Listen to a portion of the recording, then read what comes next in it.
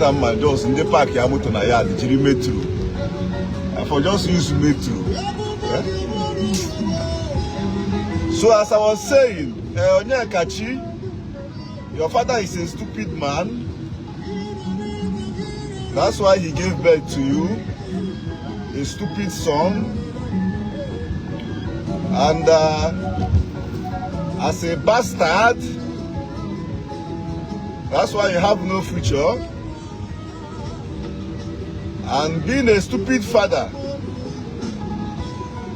in 200 meters, that's why to Sortie 64, he couldn't be able to train you in school. West, Boulevard de Maisonneuve West. You know, as I was saying before the idiots interrupted, 64, Route 138, through Sherbrooke West, this Boulevard particular de boy, West. At his age, how can they use Snapchat? It's a picture, make a video. The adoration bloggers. In 200 you know, I told you guys use that the right lane to turn right on Rue Sherbrooke West. One of the mistakes you will make as adoration blogger or bloggers is to think that you started blogging just to fight somebody like me or to counter somebody like me. I have been in this game for a very long time. I know where to pinch people. They will cry bitterly. I know what to say. I know how to set fire on Aba. I warned you guys a few months ago that the worst thing you could do when they ask you guys to go on social media and start attacking everybody. I never insulted Mbaka for once. I never insulted Adoration Ministry for once.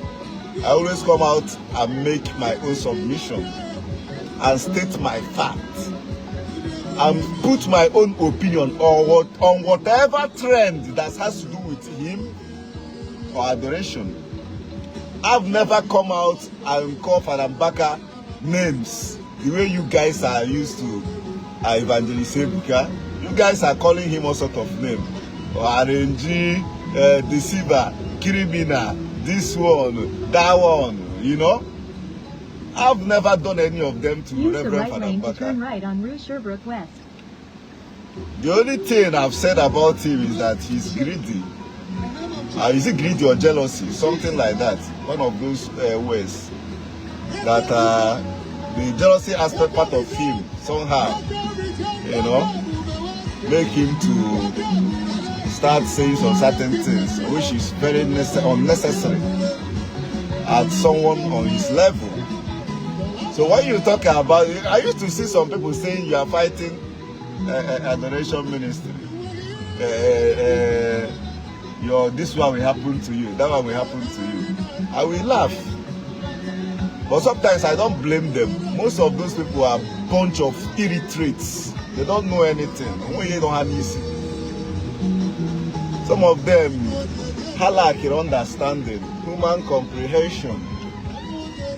In 100 meters, turn right on Boulevard de But I don't blame them now. They know na in a village, na talk every day every day Nsuka.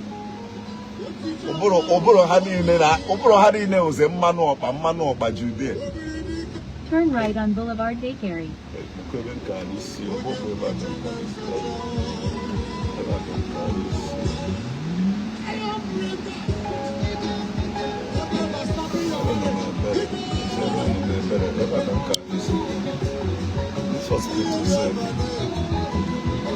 You know? So I don't blame some of them sometimes because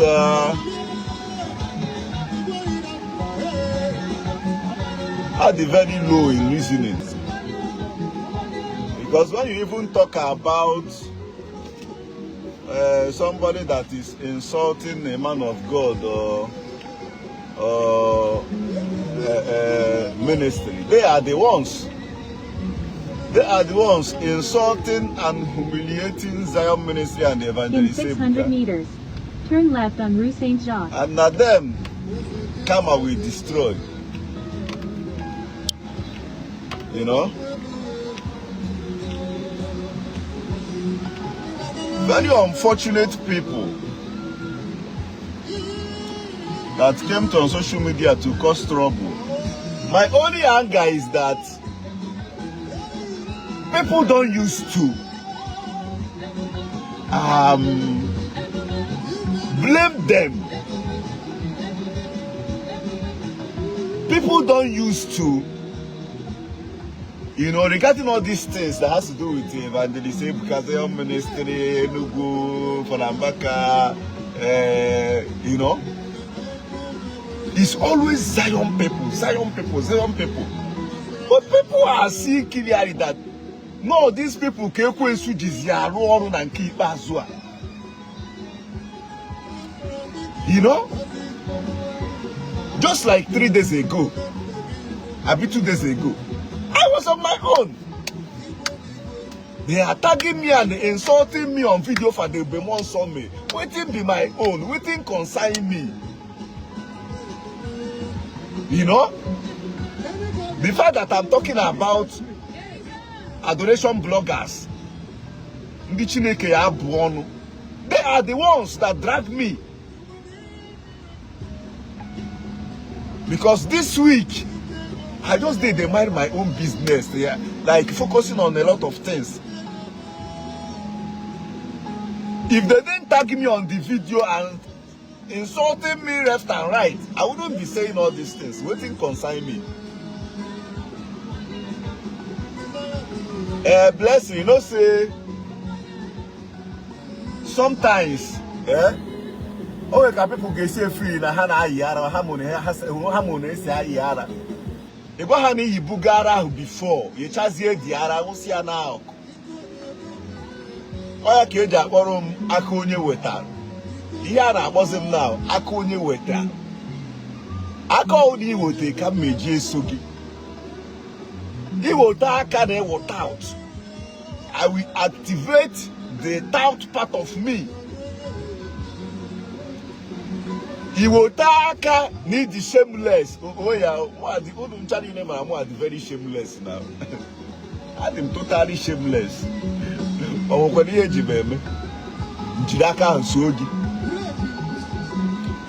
He will take ni bonya la ni na ha anu ife.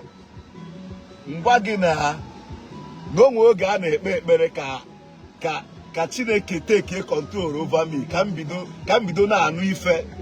Can come on anu ife. Imagine at some point in my life, oh God, I ekpere na ka, you know, wagina one net. Forget to go. I'm a man, yeah, now just now watch you sometimes, now. I think I'm mad, you know. In 300 so blessing, meters, allow them all. I don't left on Rue Saint Jacques. He made video tag one. Nah, Barimo, I didn't do anything. I didn't know a video for the Bemon Summit. I don't even know that for the make a video regarding the father. I wasn't aware. Now the way that even though I was aware, nothing concerned me. When you was they tag the video, drag Zion people, drag me, and put inside. I was insulting me. So I'm here. You know. My only annoyance is that these people, once you see them, they always look like people that have no future. Oyaka, one idiot at his age. How can they use Snapchat, a video. Snapchat, needs a picture. Oyaka to now knock it. Mbaka uses Snapchat. On set a picture, me editing, can we look fine? At this my old age, fishing quarter. It's just because the people always say you look younger than your age. This one, that one. At this my old age, come on, they use Snapchat. You know? Okay, my room, a fine boy, I gotta go now. Okay, we guess they cry for me anyhow. Then where babes used to cry for me. I don't know why nobody is crying for me again. I used to enjoy it then. They used to cry for me. You know? Look, I can't name a fine boy now. So Dimba Bini, he na Arune Lugu with a blog for adoration ministry. They use Snapchat video. They be same, nan the jobless. Nan the jobless. Nan depend Arakum salary. Arakum Akuzayon Nakum Gozayon Nemenka. The jobless in Canada. This one, that one. Use the left 2 lanes to turn left on Rue Saint-Jacques. Adam John bless this one and that one. You know? More that will keep you at home and not capping. That particular idiot, I will keep him at home. Yano Yangwai. Ne feed her 4 times in a day. Or 3 times in a day. 4 times in a day. Come on, feed Yano Yangwai. Ne go to her aqua. Ne her pocket money. Turn right on Boulevard des Tanneries.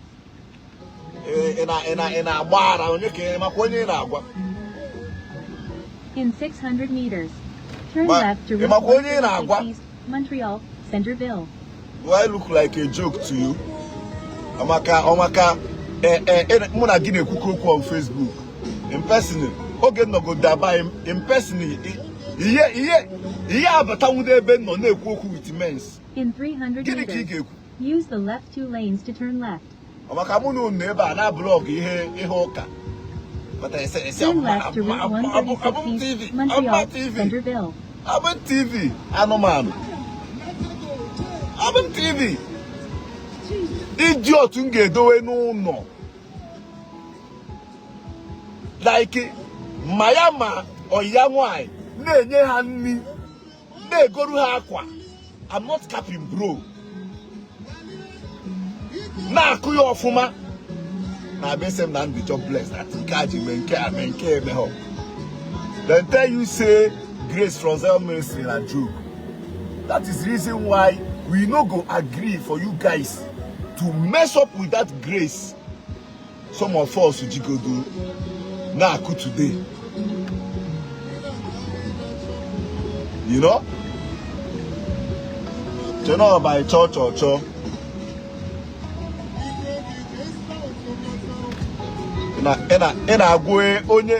Onye na anya moto worth almost 20 to 20 something million naira na buy not the jobless. Omenka. Idiot. Each other by church or church. Also they actually who garu. No na mare na blog. Oka church daddy father. Aye. Umechu neje to ban soka. Suka no cook so that go away Kuna for Unu gari chon you get the next 24 hours. I'll be 12 hours. And I'll be with them all. They hustle. See Simba Roboda. And war. Some of you Naranti here. Hustle no kilometers. See Simba Roboda. You die. 134 Avenue Papineau. By church or Avenue de Lorimier. A lot of people na Jamaica go for. Though sometimes it's not by my making. In 5.5 kilometers. It's God's making. Exit to 47. Route 134 Avenue Papineau. Pont des Cartier Avenue de Lorimier. Nah, this thing like this. I just know about now.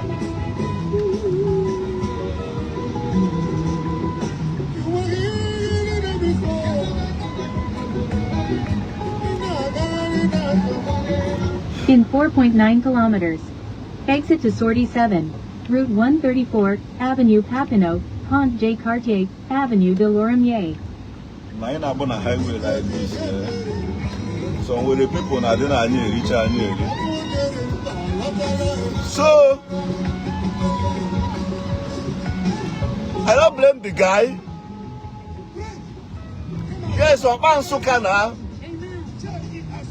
Obansuka, most of them, Jerry. What teacher, why your lordy? Obiridika kana now. Onye mbocha na nzacha. Iron breaker.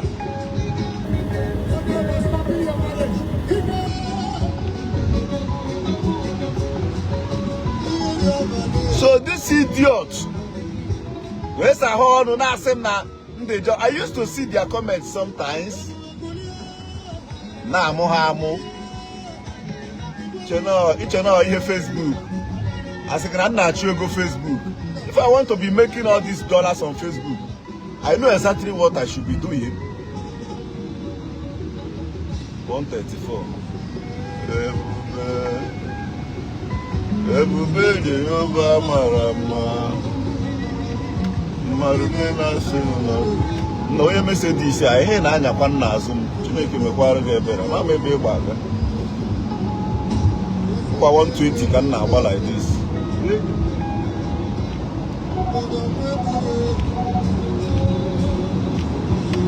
In a bar in a member.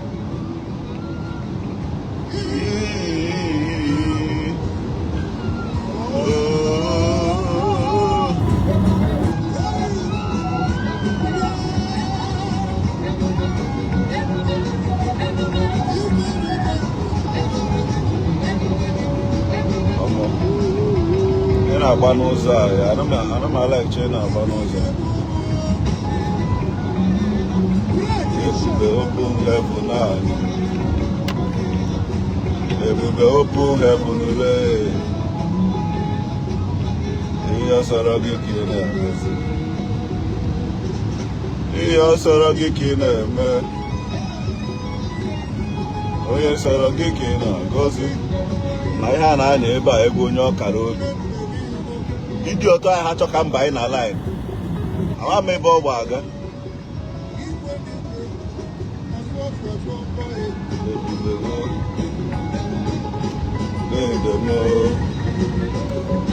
Everybody, other one day should be started with. There you go.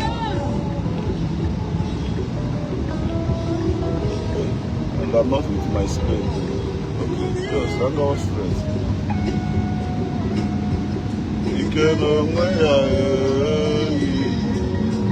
In 1 kilometer, use the right lane to exit right to Sortie 7, Route 134, Avenue Papineau, Pont J. Cartier, Avenue de Lorimier. I got no just Rochals on underground. What attack here for traffic never? Oh, you turn on a room here. And nearby Africa. You still there far. No, this man is so nice. Exit right to Sortie 7, Route 134, Avenue Papineau, Pont J. Cartier, Avenue de Lorimier. The traffic.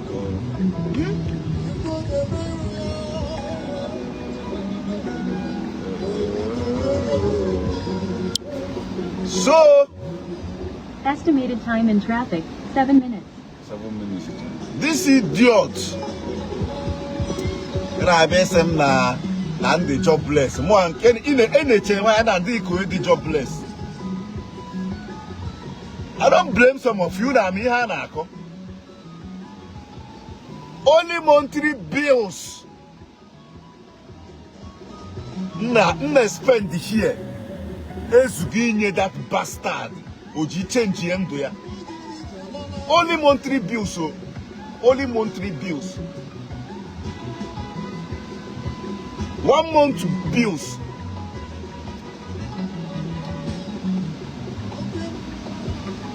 Now some Adam jobless. Adam jobless. You're just chasing money on Facebook. You're just doing this one. You're just doing this one. I know here. Come on.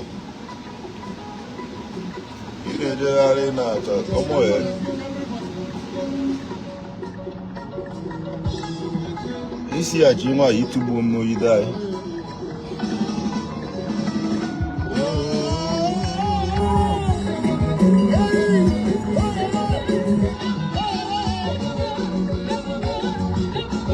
just sit from nowhere. Mapta. Now cause so any trouble, they create nuisance. Now cause so any unnecessary issue.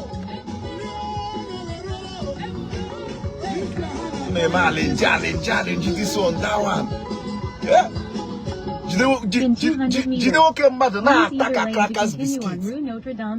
Na attack feel that the fact that Ejike Mbaka is not talking, that somebody like us will not talk, or people like us will not talk. We'll talk. We'll talk. You are talking about adoration. Karma go karma you. Your end is near. You will be destroyed. Then you guys that are talking about other ministries, Zion ministry, will go to heaven and marry 10 virgins. You know. If I talk about what are they calling it now? I'll go for hellfire. Then, but if you talk about Zion ministry, God will bless you and your family. Adoration anyway. Adoration anyway. But Jesus Christ now be alive, be worship. Abi. Anyways, I don't have anything to against adoration. I don't have anything. You know. On a very good day, I will still come there. I don't have anything against adoration. I don't have anything against Mbaka. But the people I have issue with, they know themselves. That's why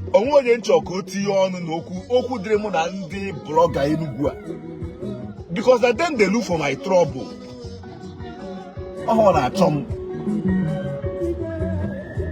Even though you don't like how I do my things, how I blog, you shouldn't come to my page or go to a comment section to display your stupidity.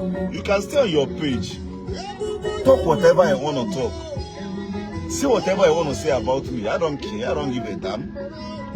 You aren't gonna see me writing and commenting or trying to abuse you. Nah, I'm gonna do that, you know. But what I can't take is going to where they posted video that has nothing to do with me, and you are tagging me and abusing me. So this one where they job bless in Canada. This one, person is in Canada and only depend on salary. Ministry is paying him from Nigeria. Like, I don't understand. Person is in Canada and depend on salary. A Zion ministry is paying him from Nigeria. Do you even know how much my house rent worth in a month? Do you even know thousands of dollars my house rent worth in 1 month? Adam jobless. Do you know how much I pay for phone bills, Wi-Fi, water, heater, light? Use either lane to continue on Rue Notre Dame. Insurance. Do I look like a joke to you guys? I ask again. Do I look like a joke? Any idiot to put on, see, they are paying you. Canada. Canada. Do you know the expenses I do here? You think it's no idiot man soka? It's no Madam Warmo man soka nabu. Obodo 200 meters. Stay to the left. Nemu Coke Juroi or Pepsi Juroi. Madam Warmo Banam. Do you think that is what we are doing here? You think living here is a joke? Huh? Nah, really, you can also have really like this.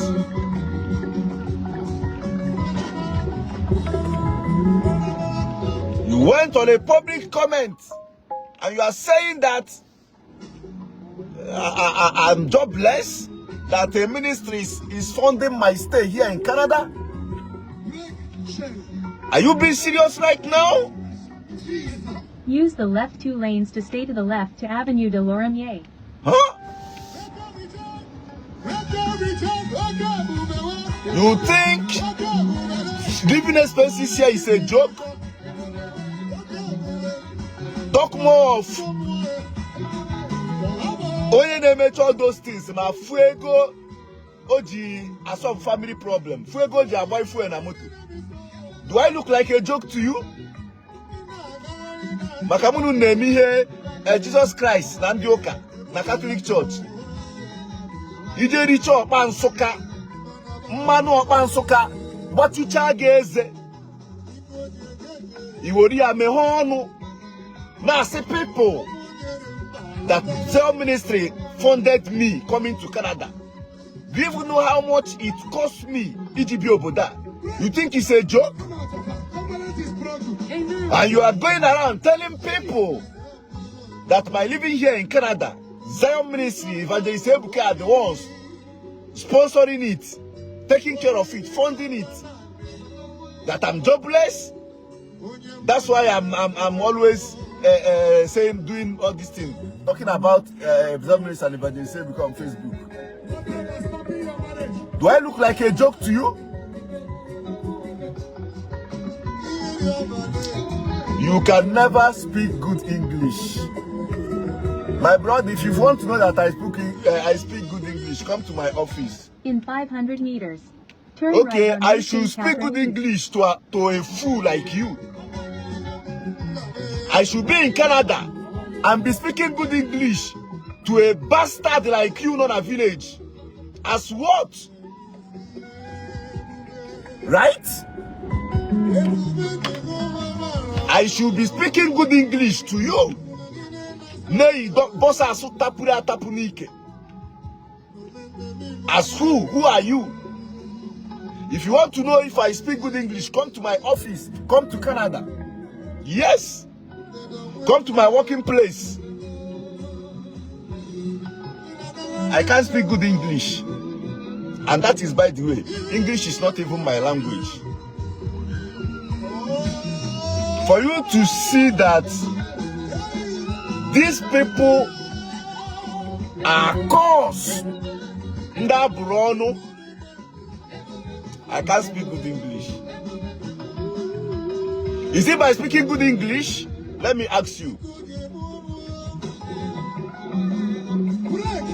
Huh?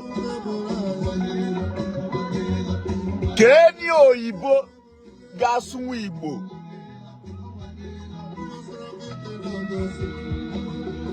Kenyo Igbo Gasu Igbo. Let's start from there. Okofu Akpamu Kana Kuziri Igbo. Now our company. Onesus. It's too hard to pronounce. It's too hard to pronounce. It's too hard to pronounce. Ofu Akpamu Ajiamu. I can change your name. Can I kuziri English? I'm not kuziri Igbo. It's too hard to pronounce. It's too hard to pronounce. In 800 meters, use the left 2 lanes to turn left. Then a bastard like you. Now I say I can't even speak good English. Thunder, fire you and fire your papa. Join. Idiot. Come to Canada here. Some people, they don't care about English. A Spanish guy, not at my company, Hugo. If you don't want to talk to him in Spain, now you know. Here, German are Burundi by on, especially in the Enugu adoration and keep as well. I can't speak good English. One idiot said, I'm too Igbotic. About too Igbotic. That add me Igbotic, something like that. It just hear the bastard. Awumonya Saka Awumonya Yoruba. Awumonya Igbo. All na ma wuho, all na ma di Igbo, all na my accent ade ha sound ko onye Igbo. Keka my accent gesi we na sound. You know? Ohi ga-eji ama na abụrụ ndị ọnụ ijide ha ebe a amapụ ebe a ijide ha ebe a amapụ ebe a. Bastards! Mma ejide ha ncha niile dowe n'ụlọ na-enye ha nri na-egoro ha akwa na-enye ha pocket money.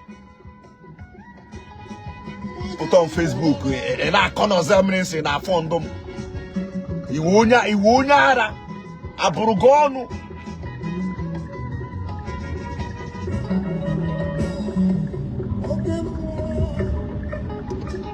Si n'ọzọ mmiri nsị na afọ ndụ m.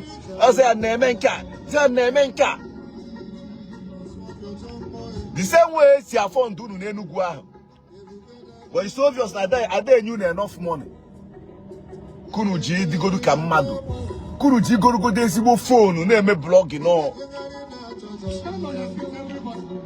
It's obvious na ego nwa na-akwụ unu n'Enugu o. Ada enye unu enough money. Since ya na-akwụ ụgwọ eme the blogging. Ego ha na-akwụ unu unji apụta na-akpara evangelist ebu ka na-akpara Zion ministry. It's obvious that ha dey enye unu enough money. At least school ji gorogodo ezigbo phone. Sapụgodo ahụ rie ezigbo nri. Na-abụghị ịta ọkpa. Ị na-ata ọkpa Nsụka day in day out with Pepsi ka o wee ka oge afọ. You know how much I spent in a month here? Do you know the expenses I do here? In dollars, not in naira. Mpiaro giana naira.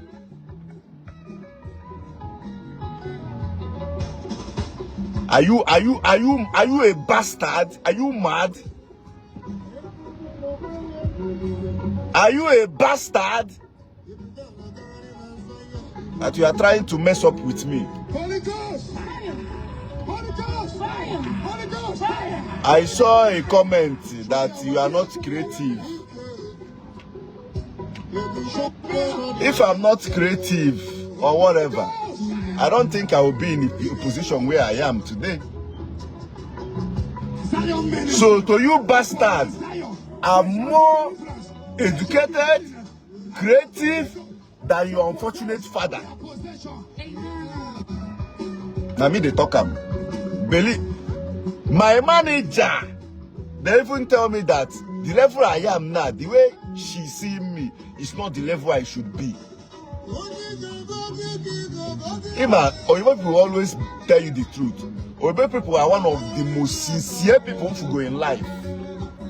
On my position in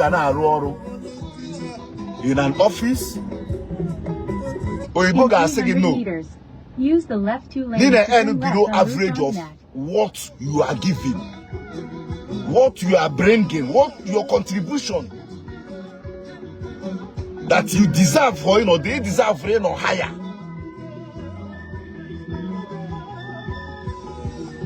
You know? But that is by the way. Okay. Each of us know na Canada they create content okay na watch. Oh my content in they create. Oh munu. Zion ministry 247. You ga like it Zion. It's a must. Ano make create igi akpamu gbapia kwa mpagi ezi. So this bastard is going around saying that Zion ministry send them na Canada. Zion ministry we na akwụmụgwọ ndị bi na Canada. Ofurubeho onye bi na abroad. Mgbe ọ si na meso dị na ndị bi abroad also. One idiot who Snapchat. Imago camera Snapchat and eme na omegi na charen. Who form why? You question they use that thing. Oh yeah, the bastard in a use. You don't know agwam. Na agwam wow. So earring him. So earring him. Eh? You have a change and I like this. You know, say, hey, thank you, sir. Thank you, sir. Ibu onye ana nke munu na-akọ akụkọ ndị fada. You think to live here is easy? Iche no Ogu no Enugu ka a na-akwụ ebe a. Ifiri inu Ogu na Enugu ka a na-akwụ ebe a. Every month. Use the left 2 lanes to turn left on Rue Frontenac. Every month. You should have been back and okay. I don't fuck up. Come to Quanos. I remember my life video. I'm gonna go to my Ebam for now. Onye Mercedes. Other afia na camera serugo moto gi. So ha moto gi no e would take ticket in a yard. In 100 meters, turn right on Rue St. Catherine East. Eba what the Turn right police on is Rue what St. park Catherine there. East. Police will go park there or chowa go also. Or stop. Or candidate safety mwagoro na moto gi. Na sige stop there. In a camera no say everywhere. Cam magnetic go your plate number. You won't need that. You don't know how I bet deliver a ticket here to pay in 30 days. So somebody got singing Yamu to Kuni my behave well for me back. If not, you put how go last $180 uncle, $187 uncle. What they mention you no na for now. $187. Fine.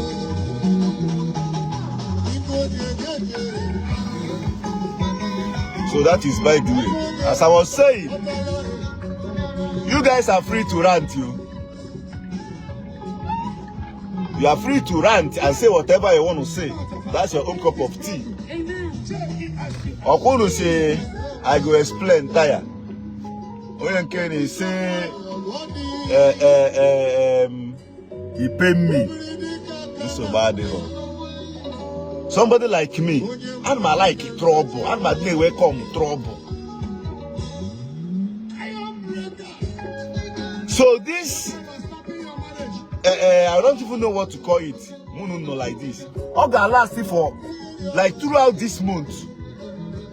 Because I've warned you guys. 2.1 kilometers. Stop tagging me on your useless video. Stop abusing me. I warn you guys. Balloon got it all, man, soka. The boy in Canana, Panani, Chinica, Papa, go up on Agawa.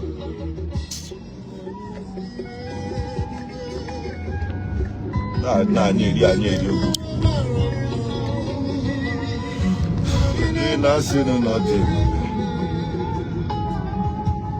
Unu bido chari ime blog yesterday. If you know mkiye jibiana shine.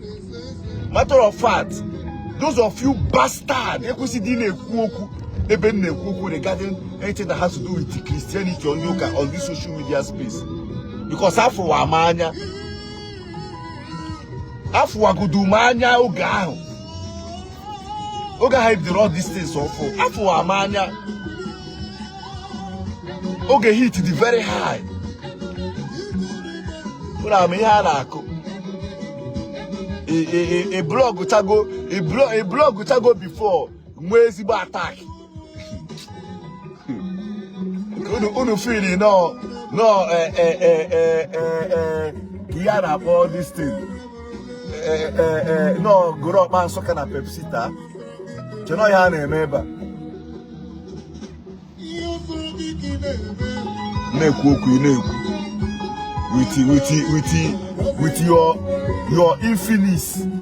With your infinite, you JM blogging. When I'm talking, you are talking.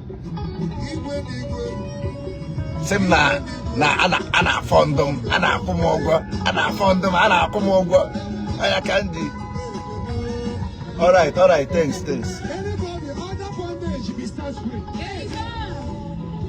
All right, bro. Ana fondom, ana kumogwa, this one, that one.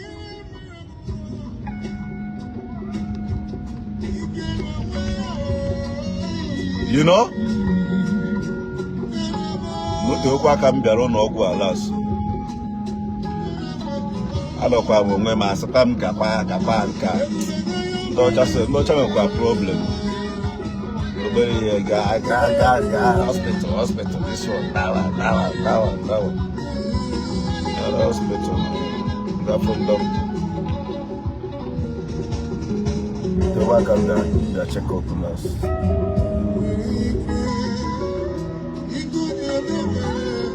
I'm about to go.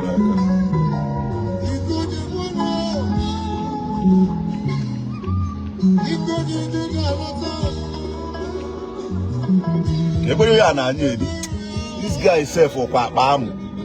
Yeah.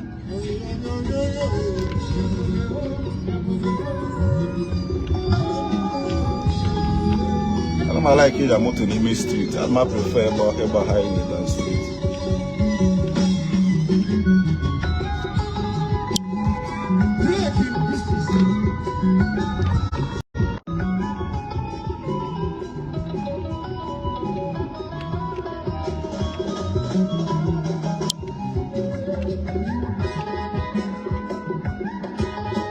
Mogari jalala idiot pataseme biano by bata naija bia by idea no bastard ime anything man bata by idea no bastard ime anything man bata by. In 300 meters turn left on Boulevard P9. Ibu go do so strike ya Mwaga strike last no be by cho. If you go do some strike here, Mwaga strike last. And the game go highest. Can work in it have like if bro onye nsusu. Cherawo eso mandia neme this one that one. They no born any bastard. If you say Mwanka, if you buy, they no born you.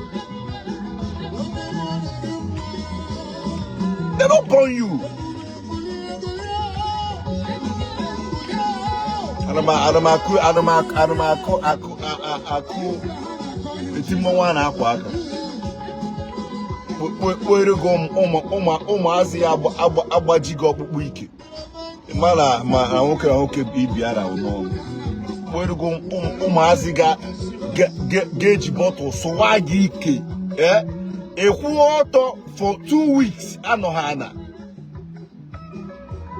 Okwa wuru botu sụwasịa gị ike achọ m ime onye ebu.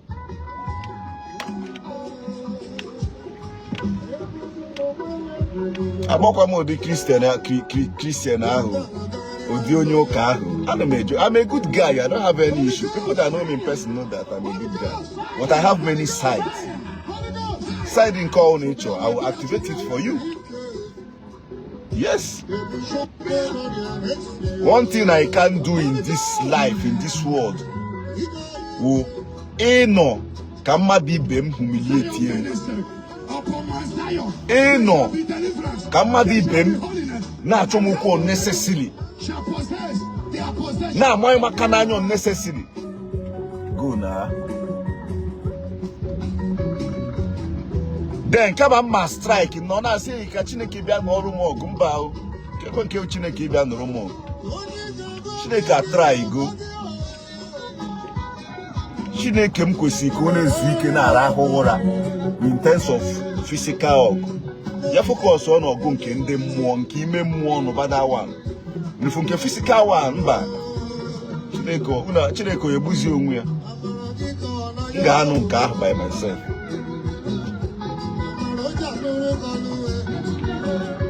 Audio possible. Audio possible. It's not possible. But I never call if you didn't bunya. Back in my gara before you chara. What is it?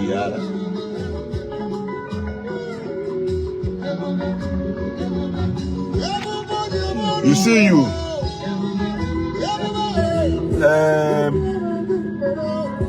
Hana, HF come off anyway. No need of calling the idiot.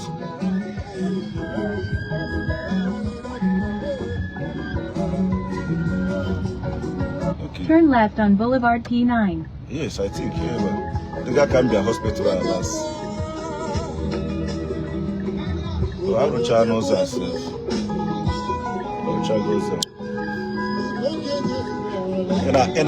And I want you to do again no. Now so getting all the broke. Am I a joke to you? I will make a joke to you. In 400 meters. Turn right on Rue Ontario East. I look like a joke to you? You know what expenses in there here every month. You know, it's not your bansoka, more Pepsi. Eh?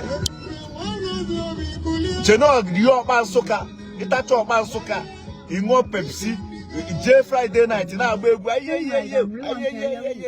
It's not your car, remember.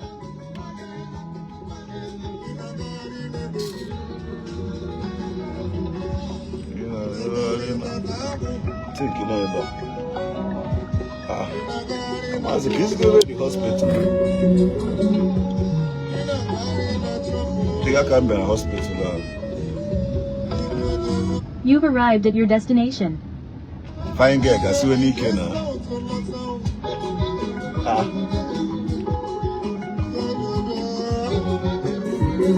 This is the hospital. I don't try neighbor.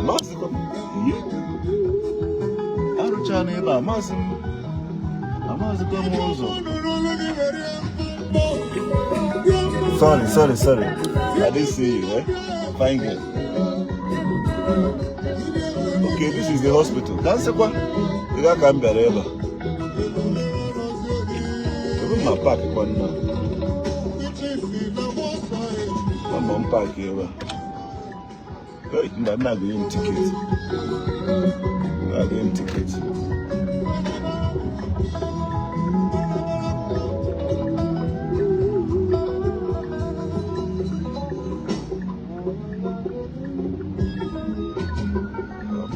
My park here, park.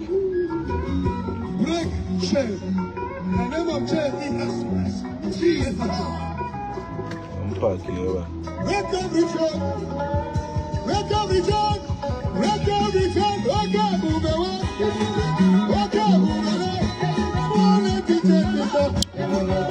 Chisom, I'm not blocking anybody's page. No.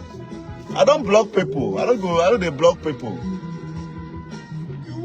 Blocking people on Facebook or online simply means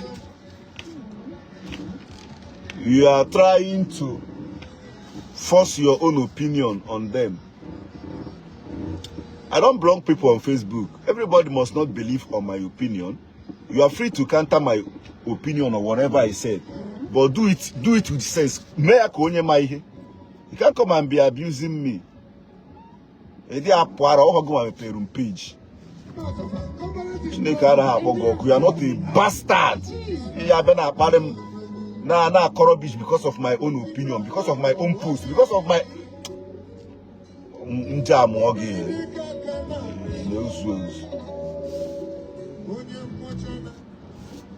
if you don't like my whatever I said, you know on my page, like Ejike on my Facebook, you know on a page, it didn't concern me. It's your own opinion, it's your own cup of tea. You know, I can't counter you, I can't insult you, I can't abuse you. The only thing I feel do my own video to counter whatever you say. So Chisom, I'm not blocking anybody. Lie. Anybody will do anyhow, go see anyhow.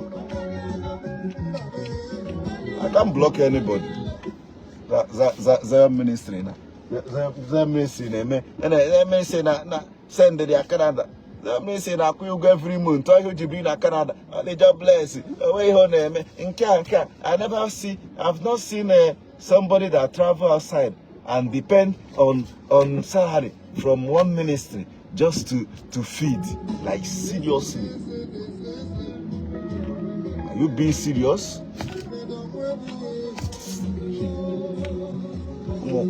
Ụmụ agbara kubukwe egidie.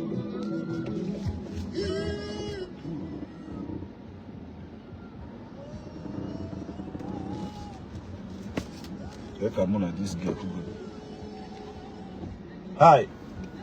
Please, can I park here? You can, but I'm the car right behind you. I'm out to move out. Okay. So when I move out, you can park right. All right. Thank you so much.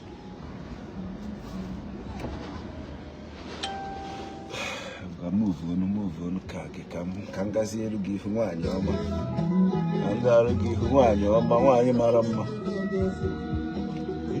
Ngarijamuka BMW. Why marama move come by you?